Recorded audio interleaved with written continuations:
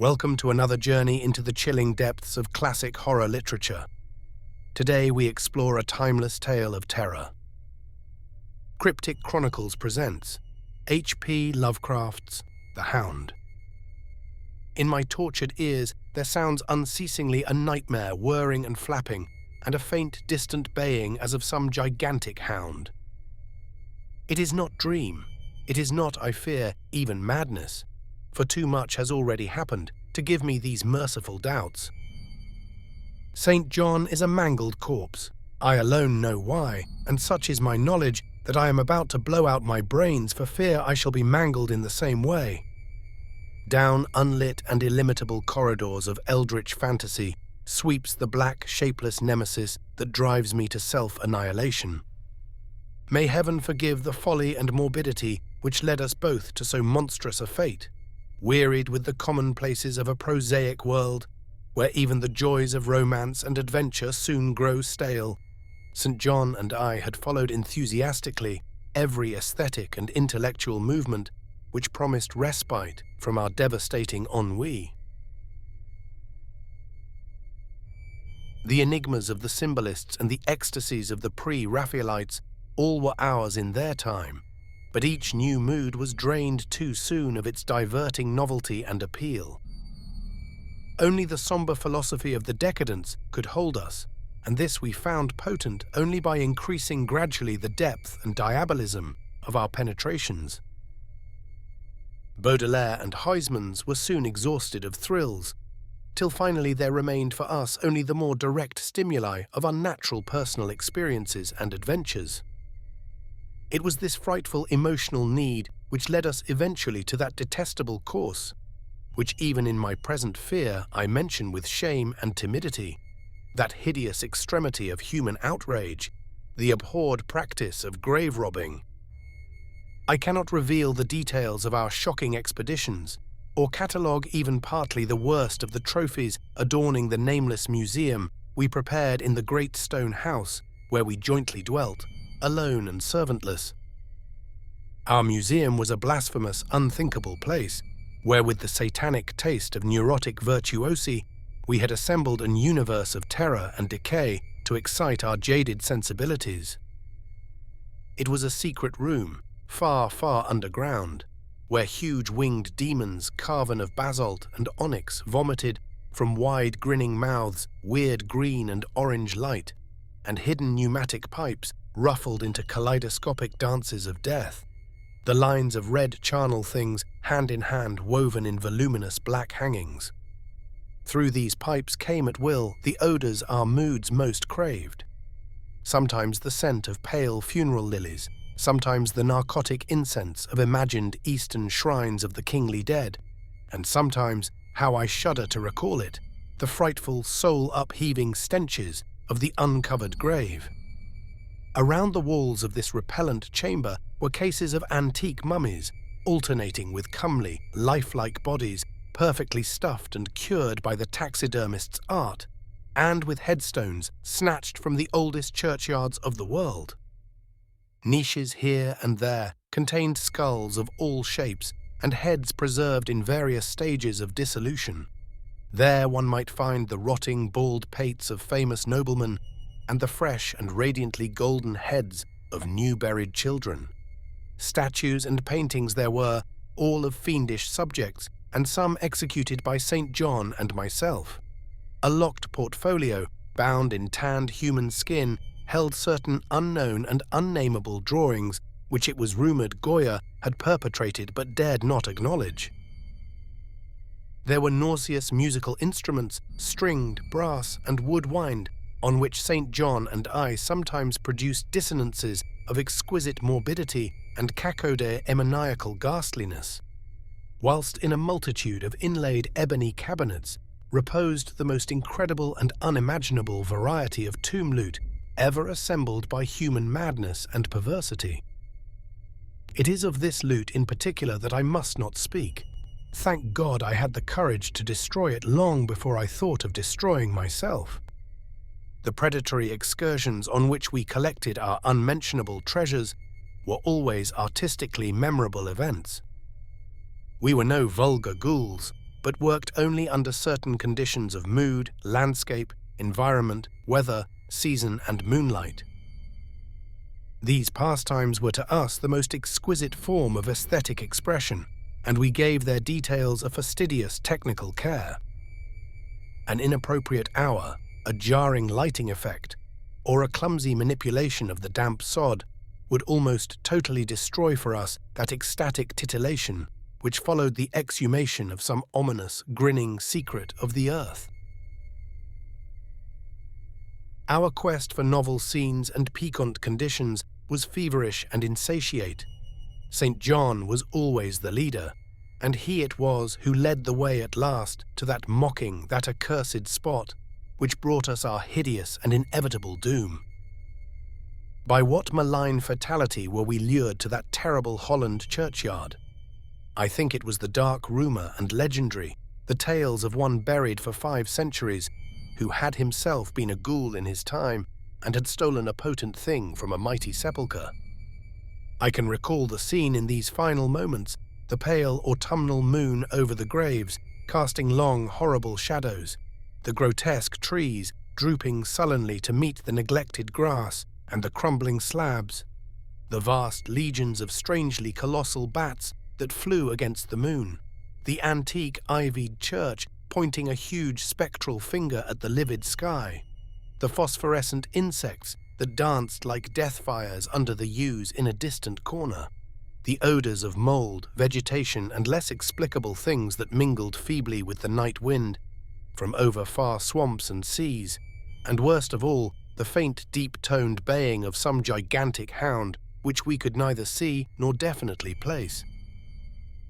As we heard this suggestion of baying, we shuddered, remembering the tales of the peasantry, for he whom we sought had centuries before been found in this self-same spot, torn and mangled by the claws and teeth of some unspeakable beast.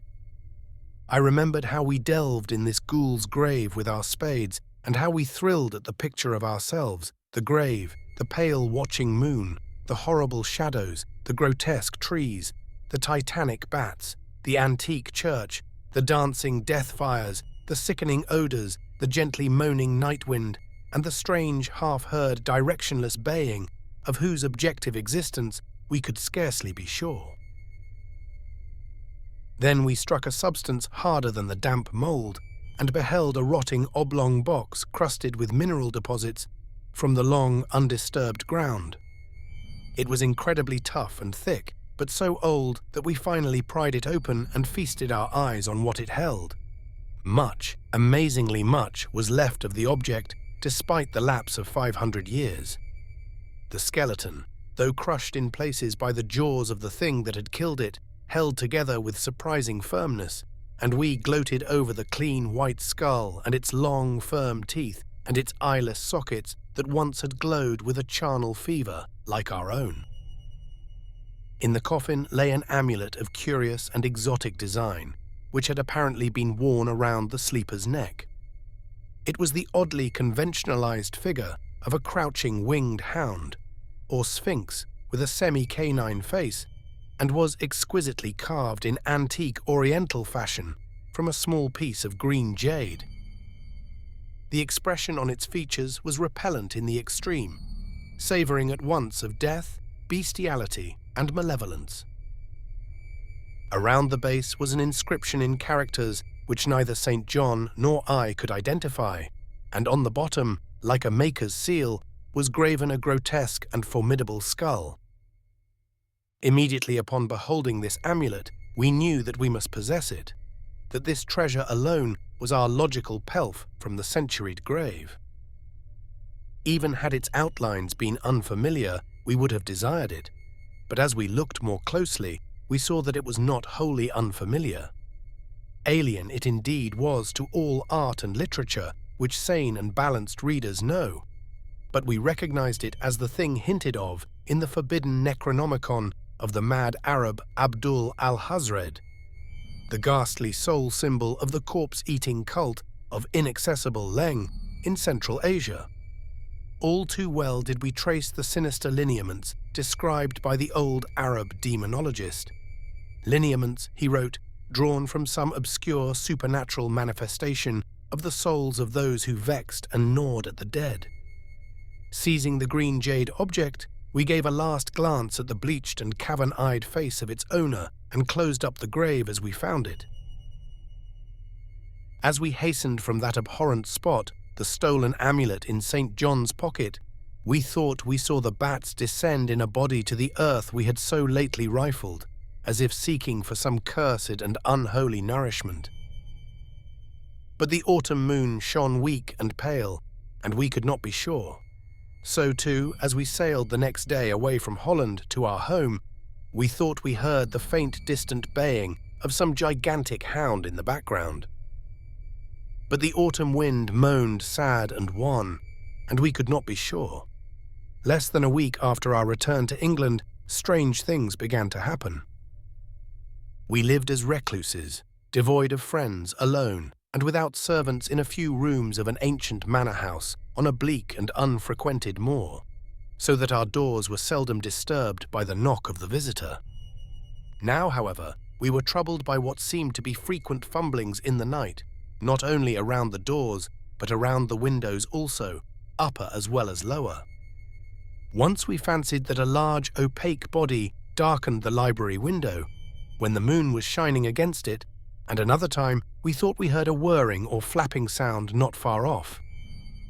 On each occasion, investigation revealed nothing, and we began to ascribe the occurrences to imagination alone, that same curiously disturbed imagination which still prolonged in our ears the faint far baying we thought we had heard in the Holland churchyard. The jade amulet now reposed in a niche in our museum, and sometimes we burned strangely scented candles before it. We read much in Alhazred's Necronomicon about its properties and about the relation of ghouls' souls to the objects it symbolized, and were disturbed by what we read. Then terror came. On the night of September 24th, 1924, I heard a knock at my chamber door. Fancying it St. John S., I bade the knocker enter, but was answered only by a shrill laugh. There was no one in the corridor. When I aroused St. John from his sleep, he professed entire ignorance of the event and became as worried as I. It was that night that the faint, distant baying over the moor became to us a certain and dreaded reality. 4 days later, whilst we were both in the hidden museum, there came a low, cautious scratching at the single door which led to the secret library staircase. Our alarm was now divided, for besides our fear of the unknown, we had always entertained a dread that our grisly collection might be discovered. Extinguishing all lights, we proceeded to the door and threw it suddenly open, whereupon we felt an unaccountable rush of air and heard as if receding far away a queer combination of rustling, tittering, and articulate chatter.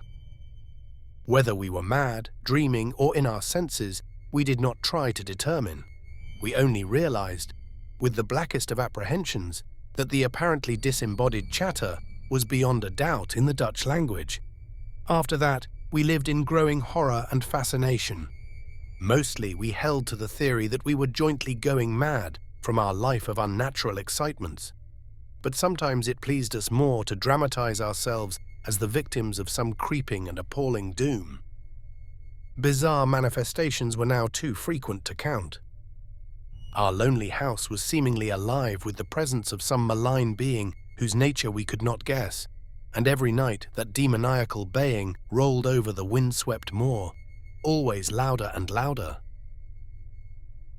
On October 29th, we found in the soft earth underneath the library window a series of footprints utterly impossible to describe. They were as baffling as the hordes of great bats which haunted the old manor house in unprecedented and increasing numbers. The horror reached a culmination on November 18th, when St. John, walking home after dark from the distant railway station, was seized by some frightful carnivorous thing and torn to ribbons. His screams had reached the house, and I had hastened to the terrible scene in time to hear a whir of wings and see a vague, black, cloudy thing silhouetted against the rising moon. My friend was dying when I spoke to him, and he could not answer coherently. All he could do was to whisper, "The amulet," that damned thing. Then he collapsed, an inert mass of mangled flesh. I buried him the next midnight in one of our neglected gardens and mumbled over his body one of the devilish rituals he had loved in life. And as I pronounced the last demonic sentence, I heard afar on the moor the faint baying of some gigantic hound. The moon was up, but I dared not look at it. And when I saw on the dim-litten moor a wide nebulous shadow sweeping from mound to mound, I shut my eyes and threw myself face down upon the ground. When I arose trembling, I know not how much later, I staggered into the house and made shocking obeisances before the enshrined amulet of green jade. Being now afraid to live alone in the ancient house on the moor, I departed on the following day for London, taking with me the amulet after destroying by fire and burial the rest of the impious collection in the museum. But after 3 nights I heard the baying again, and before a week was over, felt strange eyes upon me whenever it was dark. One evening, as I strolled on Victoria Embankment for some needed air, I saw a black shape obscure one of the reflections of the lamps in the water. A wind stronger than the night wind rushed by, and I knew that what had befallen St. John must soon befall me. The next day I carefully wrapped the green jade amulet and sailed for Holland. What mercy I might gain by returning the thing to its silent, sleeping owner, I knew not.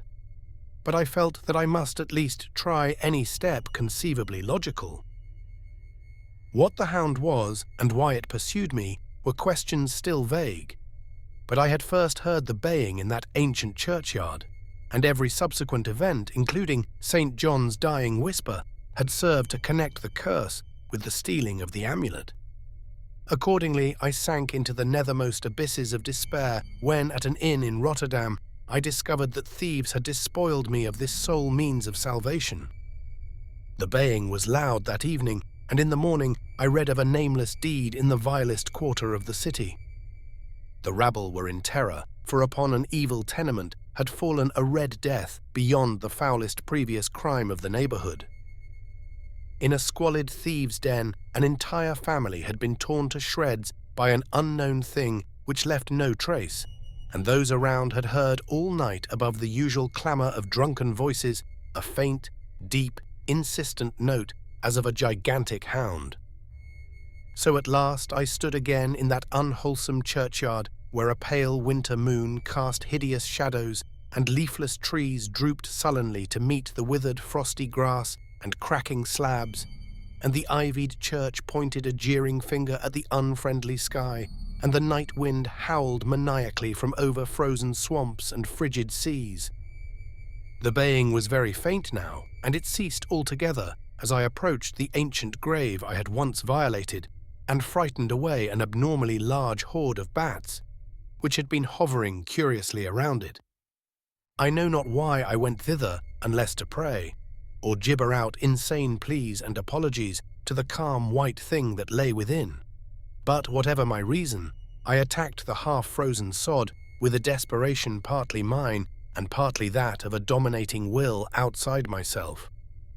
Excavation was much easier than I expected, though at one point I encountered a queer interruption, when a lean vulture darted down out of the cold sky and pecked frantically at the grave earth until I killed him with a blow of my spade. Finally, I reached the rotting oblong box and removed the damp nitrous cover. This is the last rational act I ever performed. For crouched within that centuried coffin, embraced by a close-packed nightmare retinue of huge, sinewy, sleeping bats, was the bony thing my friend and I had robbed, not clean and placid as we had seen it then, but covered with caked blood and shreds of alien flesh and hair, and leering sentiently at me with phosphorescent sockets and sharp ensanguined fangs yawning twistedly in mockery of my inevitable doom. And when it gave from those grinning jaws a deep sardonic bay as of some gigantic hound, and I saw that it held in its gory, filthy claw the lost and fateful amulet of green jade, I merely screamed and ran away idiotically, my screams soon dissolving into peals of hysterical laughter. Madness rides the star wind. claws and teeth sharpened on centuries of corpses, dripping death astride a bacchanal of bats from night-black ruins of buried temples of Belial. Now, as the baying of that dead, fleshless monstrosity grows louder and louder, and the stealthy whirring and flapping of those accursed web wings circles closer and closer, I shall seek with my revolver the oblivion which is my only refuge from the unnamed and unnameable. Thanks for joining us for another classic horror story. If you enjoyed this bone-chilling tale, subscribe for more terrifying content. And remember, in the darkness, beware what lurks beyond.